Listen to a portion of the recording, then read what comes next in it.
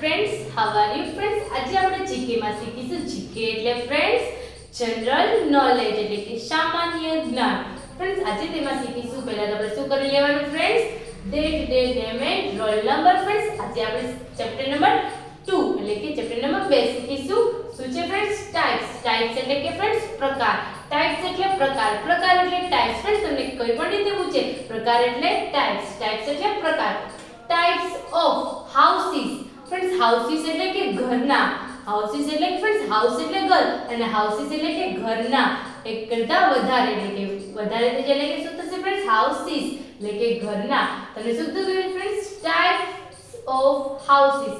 Type of houses એટલે કે ઘરના પ્રકાર. તો friends આપણે કેમાં રહીએ છીએ? ઘરમાં રહીએ છીએ. તો friends એ જ રીતે તમે બધી જગ્યાએ જોયું હશે જ્યાં તમે બહાર ફરવા જાઓ છો, કોઈ પણ જગ્યાએ તમે હિલ સ્ટેશન ઉપર ગયા છો, જંગલમાં, બધી જગ્યાએ તમે જ્યારે ફરવા જાઓ છો ત્યારે friends તમને અલગ અલગ ઘરના પ્રકારો જોવા મળે છે, અલગ અલગ રીતના ઘર જોવા મળે છે. friends તમે ક્યાં જોયું કે આ બધાના ઘર એક જ સરખા હોય છે? ના, બધાના ઘર અલગ અલગ રીતના હોય છે. જેને જેવું ઘર ગમે છે તે તેવા ઘરમાં રહે છે. તો friends આજે આપણે શું શીખવાનું છે? ટાઇપ્સ ઓફ હાઉસીસ એટલે કે ઘરના પ્રકારો. જે ઘરના અલગ અલગ પ્રકારો છે એના વિશે આજે આપણે શીખીશું. તો ખાસ તો friends ટાઇપ્સ એટલે પ્રકાર અને હાઉસીસ એટલે કે ઘર, ઘરના પ્રકારો. તો friends તમે અહીંયા જુઓ છો, તમને અહીંયા friends આપેલું છે. friends તમને અહીંયા દેખાય છે એક ઝૂંપડી જેવું દેખાય છે ચિત્ર. friends પહેલા તો આપણે ચિત્ર જોઈએ. હા, તમને ઉપર સ્પેલિંગ પણ આપેલું છે friends HUT. હટ એટલે ઝૂંપડી, ઝૂંપડી એટલે હટ, હટ એટલે ઝૂંપડી. તો friends તમને અહીંયા ઝૂંપડીનું ચિત્ર દેખાય છે. તો friends ઝૂંપડીમાં કોણ રહે? તો આપણે એ પણ જોઈશું. સમ એટલે કે કેટલાક, સમ એટલે કેટલાક.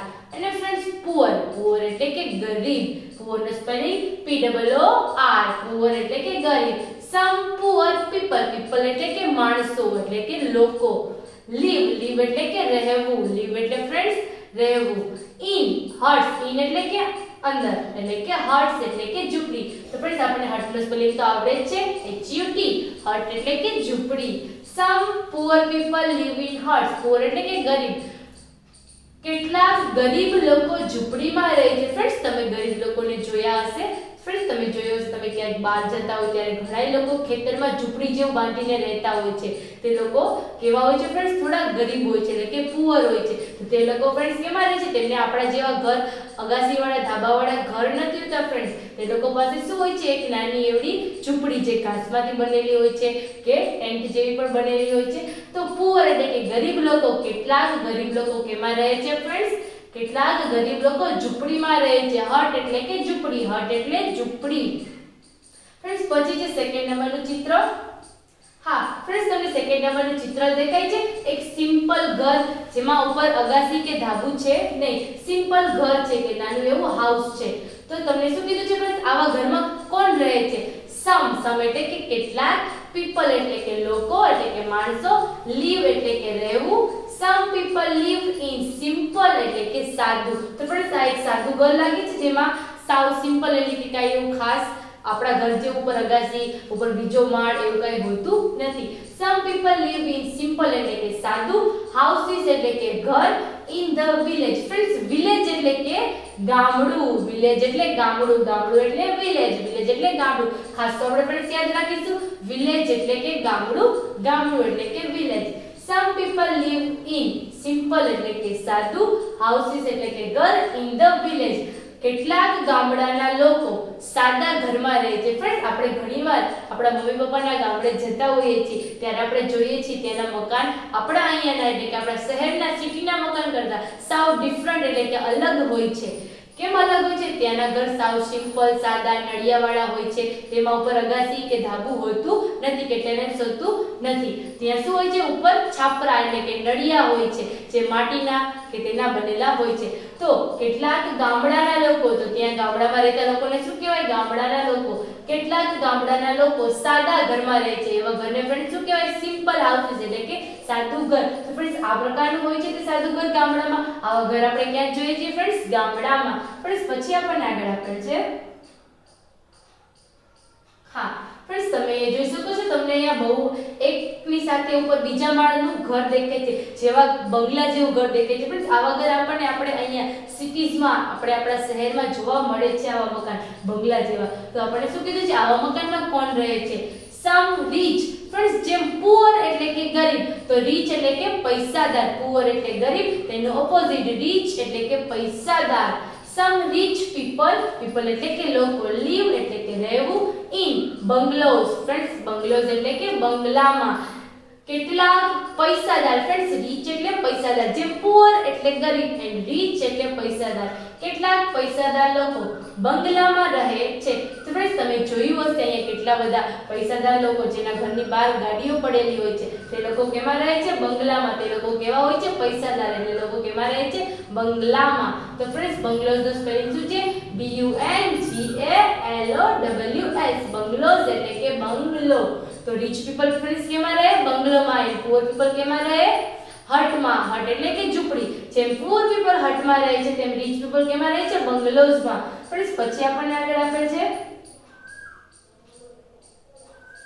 ફ્રેન્ડ્સ તમે 4th નંબરનું ચિત્ર જોઈ શકો છો. તમને એક બહુમાળી બિલ્ડિંગ દેખાય છે. ફ્રેન્ડ્સ આવી બિલ્ડિંગ આપણા સિટીઝમાં પણ હોય છે. Many people live in. Many people એટલે કે મેની એટલે કે ઘણા, પીપલ એટલે કે લોકો, લીવ એટલે કે રહેવું, ઇન મલ્ટી સ્ટ્રોએડ. ફ્રેન્ડ્સ મલ્ટી સ્ટ્રોએડ એટલે કે બહુમાળી. ફ્રેન્ડ્સ એક માળનું હોય ને તેને એક જ માળવાળું કહેવાય, પણ એક કરતા વધારે માળવાળું હોય એટલે કે અસંખ્ય માળવાળું હોય તેને શું કહેવાય? મલ્ટી સ્ટ્રોએડ એટલે કે બહુમાળી, એક કરતા વધારે માળ હોય જેની પર.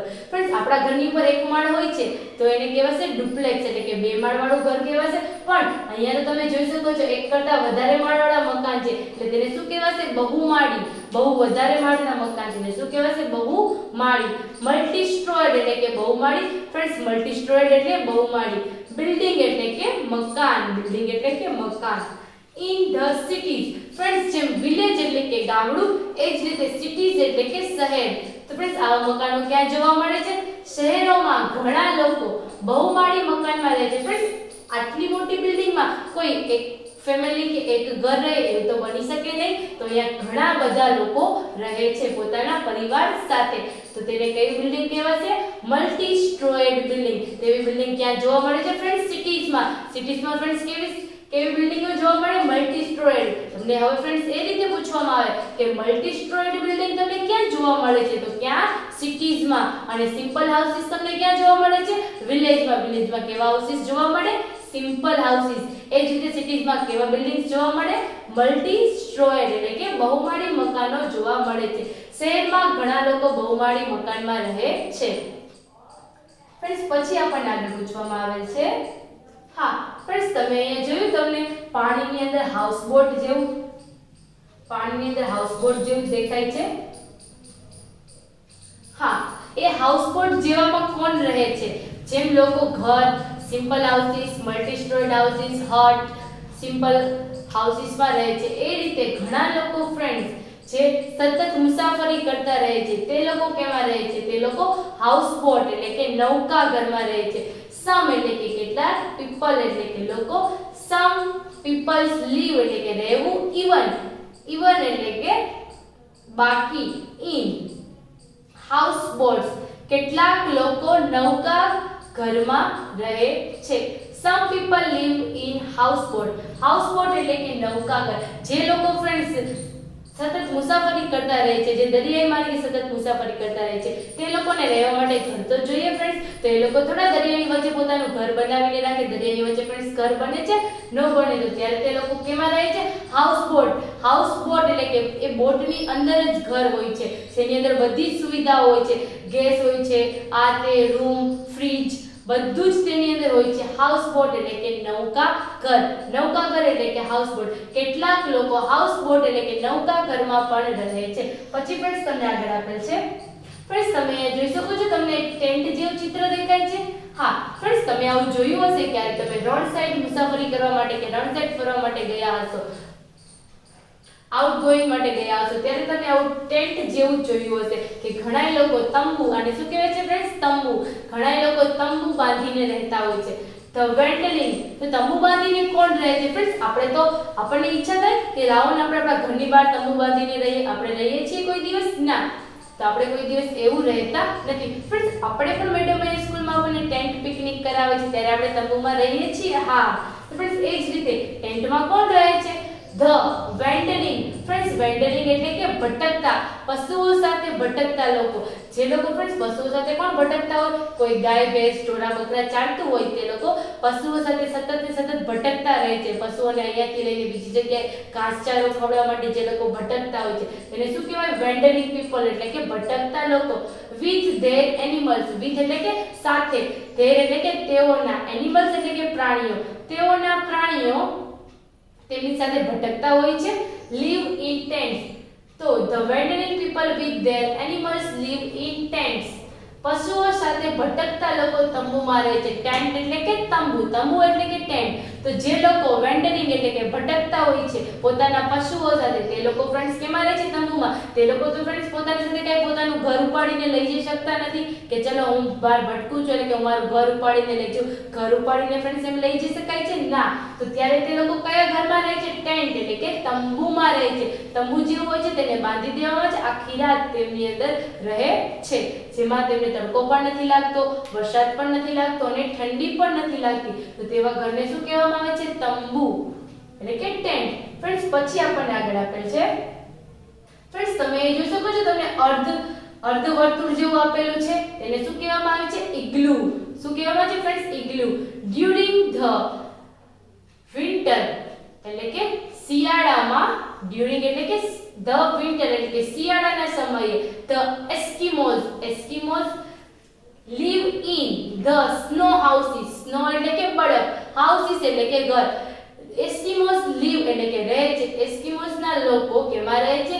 સ્નો હાઉસીસ એટલે કે બરફના ઘરમાં રહે છે, જેને તે લોકો શું કહે છે? કોલ્ડ ઇગ્લુ. ઇગ્લુ કહે છે. શું કહે છે? During the winter the Eskimos live in the snow houses called igloo. Eskimo શિયાળામાં બરફમાંથી બનાવેલ ઇગ્લુ નામના ઘરમાં રહે છે. આ ઘરને ફ્રેન્ડ શું કહે છે? ઇગ્લુ. જે કેમાંથી બનાવેલું છે? બરફમાંથી બનાવેલું છે. તો શિયાળામાં લોકો કેમાં રહે છે? એસ્કિમોના લોકો ઇગ્લુ નામના ઘરમાં. તો ઇગ્લુ નામના ઘરમાં કોણ રહે છે ફ્રેન્ડ્સ?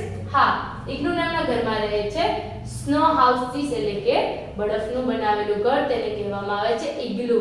તો શિયાળા દરમિયાન એસ્કિમોઝ કેમાં રહે છે? ઇગ્લુ નામના ઘરમાં. તો ફ્રેન્ડ્સ આ ઘરને શું કહેવામાં આવે છે? ઇગ્લુ. પછી તેની આગળ આપણે આપેલું તેને શું કહેવામાં આવે છે? ટેન્ટ. ટેન્ટમાં કોણ રહે ફ્રેન્ડ્સ? વેન્ડરિંગ પીપલ. પછી છે હાઉસબોટ. તો હાઉસબોટમાં કોણ રહે છે? જે લોકો સતત મુસાફરી કરતા રહે છે તે. પછી છે મલ્ટી સ્ટ્રોર્ડ બિલ્ડિંગ. તો મલ્ટી સ્ટ્રોર્ડ બિલ્ડિંગ ક્યાં જોવા મળે છે ફ્રેન્ડ્સ? સિટીઝમાં. પછી છે ફ્રેન્ડ્સ હા બંગલોઝ. તો બંગલોઝમાં ફ્રેન્ડ્સ કોણ રહે? Rich people. રીચ પીપલ કેમાં રહે ફ્રેન્ડ્સ? બંગલોઝમાં. તમને પૂછવામાં આવે કે રીચ પીપલ કેમાં રહે છે? બંગલોઝમાં. પછી છે ફ્રેન્ડ્સ સિમ્પલ હાઉસીસ. તો સિમ્પલ હાઉસીસ આપણને ક્યાં જોવા મળે છે? વિલેજમાં. જેમ આપણને વિલેજમાં સિમ્પલ હાઉસીસ જોવા મળે છે એ જ રીતે સિટીઝમાં આપણને શું જોવા મળે છે? મલ્ટી સ્ટ્રોર્ડ બિલ્ડિંગ એટલે કે બહુમાળી મકાન. એન્ડ ફ્રેન્ડ્સ સૌથી પુઅર એટલે કે ગરીબ લોકો કેમાં રહે છે? હટમાં. હટ એટલે કે ઝૂંપડી. તો ફ્રેન્ડ્સ આ જ રીતે આપણે અલગ અલગ લોકો જે પોતાનો ઘરમાં કેવા કેવા પ્રકારના ઘરમાં રહે છે તે આપણે જોયું. So friends thank you.